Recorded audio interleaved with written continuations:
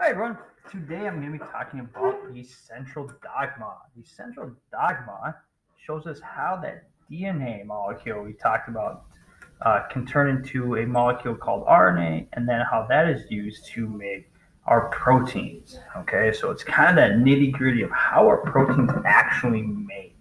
All right, so we're going to talk about 3 steps today: replication, transcription, and then translation. So it's a lot of new words, so kind of buckle up. We're going to go for a wild ride here.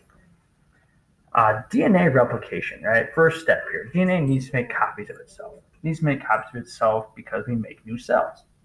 How does it replicate? It's called semi-conservative replication, where one strand, right, is a template strand for a new one. Okay, so that means every new strand that's made, as you can see, has one old strand and one new strand. Okay, so kind of going through this picture, right? We start here, right? 2 yellow strands, and we have 1 yellow strand and 1 whatever pink strand or red strand that is in their DNA, and so on and so forth, all the way down. So at the end, after a few replications, you still see that, hey, we still have that yellow strand from the original, right? It hasn't gone away. It just is making, and it is a template strand for another DNA strand. Okay, so it's called semi-conservative replication. Here's the process, right? Looks super complicated. We're going to break it down for you here so that it doesn't overwhelm you. Okay, couple steps here, right? So DNA, we know it's a double strand held together by hydrogen bonds. We need to break those hydrogen bonds. So DNA helicase, this enzyme comes in, pops those apart, right? Kind of like a zipper, right? So it just unzips those bonds, right? So creates what we call this replication fork, right? So it's 2 strands are opening up. You can kind of see here like an alligator mouth is what it looks like, right? But DNA helicase does that, breaks open the bonds. Okay. After that, an RNA primer gets laid down, right? So you see helicase breaking apart, RNA primer gets laid down, and then this other molecule, DNA polymerase, comes in, and it's going to start adding nucleotides. Okay, so it can only add to the 3 end of the DNA, right? So the new strand then is built in the 5 to 3 prime direction. In other words, if here's my 5 prime DNA, and it's like A, T, C, G, 3 prime, right?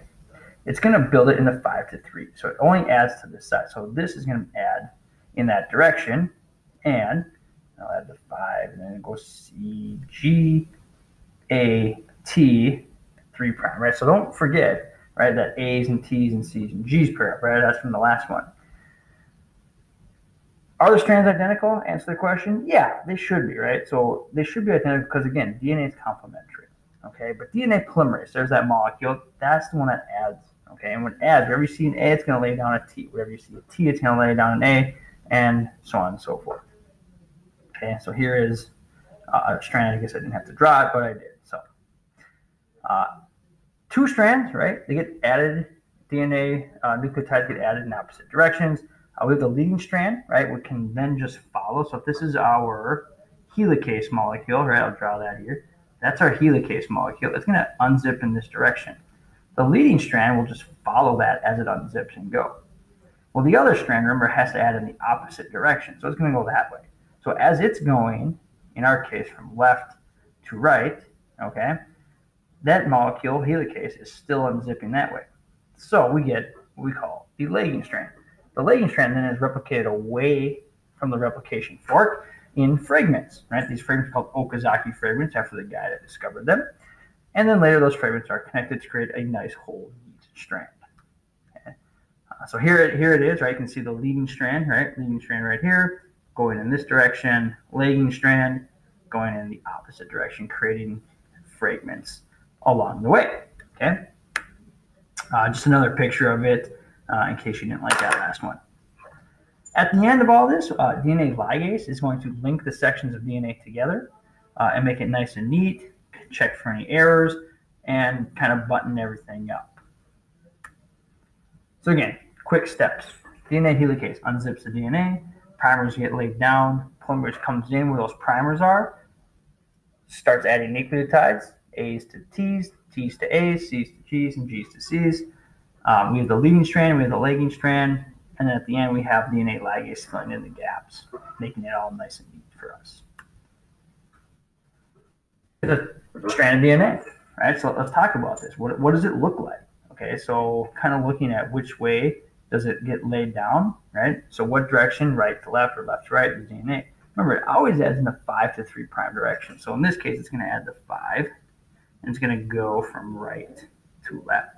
So that G becomes a C, the T matches with an A, the A matches with T, the T matches with an A, the G matches with the C matches with the G, and at the end we have that 3 prime, okay? And that's replication. It's really that simple. DNA, just making a copy of itself. And it is an exact copy, right? It's not a trick, right? So C's and G's and A's and T's, if you can remember that, you've got DNA replication matched up, okay? Kind of just some fun info. Prokaryotes, it's one origin spot, right? So it starts at one point, works one way and the other, so again, it's opposite. And eukaryotes, like you and me, we have many origins of replication. So this is kind of happening at a lot of places along our DNA strand. And again, that ligase is going to come in at the end and link it all together. Cool picture of it again. Just kind of wrap up our replication here. Super complicated, right? But a lot of this you don't need to know. If you go kind of into it a little bit more, it gets really fun in terms of all the different molecules working. But we don't need to know that for our purposes. We'll just keep it simple. Let's talk about the next step. So we talked about the central dogma, right? DNA is going to make RNA. Okay, why do we need to make RNA? Why can't we just use DNA to make our proteins? Well, DNA is super valuable, right? It's so valuable it cannot leave the nucleus. If it leaves the nucleus, our cells actually have mechanisms to kill it and break it down. Plus, it's double-stranded. Those nuclear pores, it has a hard time getting out. So we need to make DNA into RNA so that it can leave the nucleus. So it's a copy, right? It's a copy that can go out into the cytoplasm. It's a copy that then can get destroyed when we're done with it. And we still have our DNA. We still have our original copy, okay? So a couple differences between DNA and RNA. In DNA, we have 2 strands, right? Remember, it's double-stranded like a ladder, okay? So we have 1 strand, 2 strand, connected with those hydrogen bonds. In RNA, it's 1 strand with a base kind of hanging off of it, okay? The sugar is different. So RNA stands for ribose nucleic acid, right? In DNA, it's a deoxyribose nucleic acid, so there's an oxygen added. And then the base pairs are different. A usually pairs up with T, and C with G in DNA. Well, now A pairs up with this other thing called U, and that U stands for uracil. Okay, and uracil is actually a little bit chemically different than thymine, which also allows it to go out into the cytoplasm. There are 3 different types of RNA that we have, and these all play a role in translation, which we'll talk about next. Okay, but messenger RNA is kind of the big one here. We are making messenger RNA or mRNA when we are talking about transcription. Okay, it's single-stranded, so you can see here it's single-stranded. Bases on there, right? Those bases are A, U, C, and G now. Okay, this is the template for our proteins. Okay, so messenger RNA is important for that. The other 2 we'll get into a little bit more with their exact role in translation, but transfer RNA or tRNA is this like cloverleaf looking one, right? So tRNA, it's going to bring amino acids, right? So that's amino acids, remember, are proteins, the building block of proteins. So that's important in that. And then ribosomal RNA or rRNA is part of the ribosome structure. Okay, so here is our rRNA down here. And that's going to, again, help in aiding in making proteins. And we'll talk about that later in translation. How do we make RNA? So again, transcription. So here's that word you need to know, transcription, right? Remember that word. Transcription makes RNA. Specifically, it makes messenger RNA, okay? Very similar process to replication. DNA helicase unzips the DNA. Difference is that RNA polymerase is going to bind, not DNA. DNA polymerase makes DNA, RNA polymerase makes RNA. Okay, so it binds to create RNA. The bases get matched up. So A, right, usually matches with T. In RNA, A matches now with U. T still matches with A. C still matches with G. G still matches with C. And so now we have that uracil, right, instead of that T. So there's another difference, okay? After that, our messenger RNA can get modified. We're not going to talk much about that. And then it can move out to the nucleus and back into the cytoplasm, where it can attach to a ribosome and help make proteins. So here's kind of the process. DNA is double-stranded, hangs out in the nucleus. It cannot leave, so what do? We make messenger RNA. Messenger RNA, note, again, single strand. Right, so here's our messenger RNA, it's a single strand. That's going to go out to the nucleus, or out of the nucleus into the cytoplasm, where it will help to make a protein. Here it is again. I like this picture because it shows you that DNA, right, opens up, makes RNA. RNA, again, is single strand. So we see this single strand. It's the green line. It's a single strand. We also see that the C's and G's are still pairing up, except A now becomes that U. T still becomes A, but that U is the key here. I mentioned like RNA can get modified. So there's a lot of extra information in our DNA that isn't necessarily needed to make a protein, okay? So anything that's kind of kept for the final RNA product is called an exon. Now again, you don't really need to know that, but it's just kind of a fun little thing in case you were wondering about that. All right, last step of the central dogma. We made messenger RNA. We replicated DNA, we made messenger RNA. Now we got to make a protein, right? The vital, critical protein. So proteins, right? How do we make proteins, right? Proteins are made from amino acids, okay? Amino acids, right, form together in a line to create a protein. So that's what we're looking for, right? So we have this thing called the amino acid chart. I call it amino acid chart. It's the codes. It's a codon chart, you might hear it. So every 3 base pairs is called a codon. So for example, if I write out a sequence,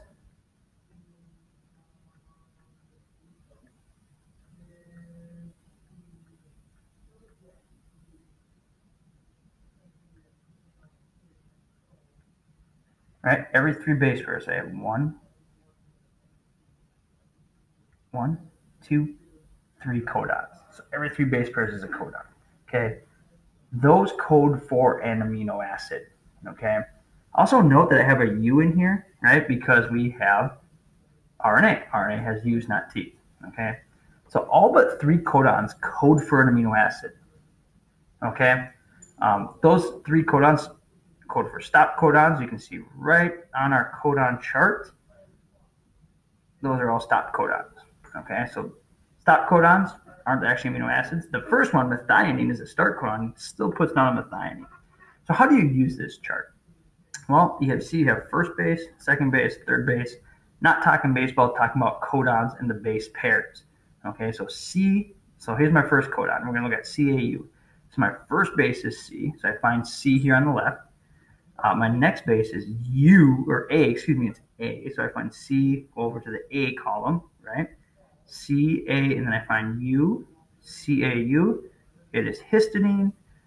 That H, don't worry about those giant letters. I don't care about those. So CAU, I'm just going to write HIS. I can use the first 3 or 4 if you want it, okay? Next one is GAC, so I go get first base. GAC, aspartic acid, okay? And so that is kind of what we have there. The last one would be CAG. Let's see if you can figure that one out. Awesome. Okay, moving on. Components of translation. So how does it work, right? What do we need? We need the message. We need the messenger RNA. So boom, first thing we got is the message. That messenger RNA that was created in transcription now comes out to the cytoplasm. It's going to attach to a ribosome, okay? That's the rRNA. So I skipped down to 3 here. That rRNA is our ribosome. So that messenger RNA goes out to the cytoplasm, attaches to the ribosome. Then what happens is this tRNA molecule, remember the tRNA is a transfer RNA, has the amino acid attached to it. It's going to come in to that ribosome. You can kind of see in this picture, right? It comes in, matches up to the codon, right? So on the bottom of our tRNA molecule, we have the anticodon. Okay, so if our codon on our messenger RNA strand is, let's say, AUG, the anticodon is complementary, which means the anticodon will be UAC. So again, it's like the opposite. So that's like our tRNA molecule, right? and it's going to bring tRNA. It's going to bring an amino acid, so that's a specific amino acid that correlates with the codon. It's going to bring that into, I'm on the left here now, to this ribosome, match it up. If it matches, it leaves its amino acid, and you can kind of see here, right, is our polypeptide chain or our amino acid chain forming. Once a stop codon is reached, the process stops, and that amino acid chain is let go. Okay, so here's the process, right? So the messenger RNA attaches to the ribosome. tRNA moves into the ribosome, bringing its amino acid with it. The anticodon, again, at the bottom, has to match with the messenger RNA strand. If it matches, it leaves the amino acid or adds it to the chain, the ever-growing chain. Then the tRNA leaves, gets another amino acid, and repeats the process, okay? Once you reach the stop codon, right, the amino acid chain or the polypeptide chain, same thing, is going to detach from our ribosome. Once it detaches, that protein is going to go full, okay? So as a chain, it's not good enough, right? It's got to go full, right? And so you can kind of see, I'll talk about it here in a second, but you can kind of see the process, right? tRNA comes in, matches the codon and anticodon, leaves the polypeptide or the amino acid into the polypeptide chain, exits, goes out, and kind of does that all again.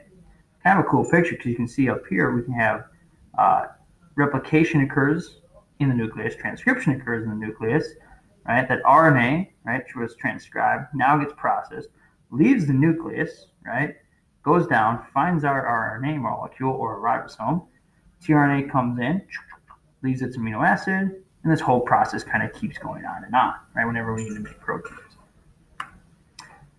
Here's just a computer-generated image of kind of what it looks like in an actual cell. And then some other kind of cool stuff, like in prokaryotes, right? So translation occurs very differently. Transcription and translation kind of can occur at the same time. All right, it's pretty wicked. Where we have what's called a polyribosome, where a single messenger RNA can be translated by several ribosomes at the same time. So it's a process that makes them more efficient. Okay? So here we have proteins. Let's talk about this. Proteins, right? That primary structure you can see on the top. That doesn't work. That's not functional. So what happens is it's going to fold. All right. So you can either be a helix or a sheath. Right. So that's the next B, the secondary structure. Well, that sheath or that helix then folds and adds to other proteins and structures, and you can actually get it more complex, like a tertiary structure here. And then those tertiary structures can actually add with other tertiary structures to create a quaternary structure and get these really big, large proteins that could be needed. Okay. And so all this depends on bonds, right? And bonding. We talked about in our last unit that these proteins, it's weak interactions, right? And those can denature and they can fall apart, right? And we need our proteins to kind of function within our body to kind of run everything. So it's really important that they do stay together and not denature. That is what I got for you.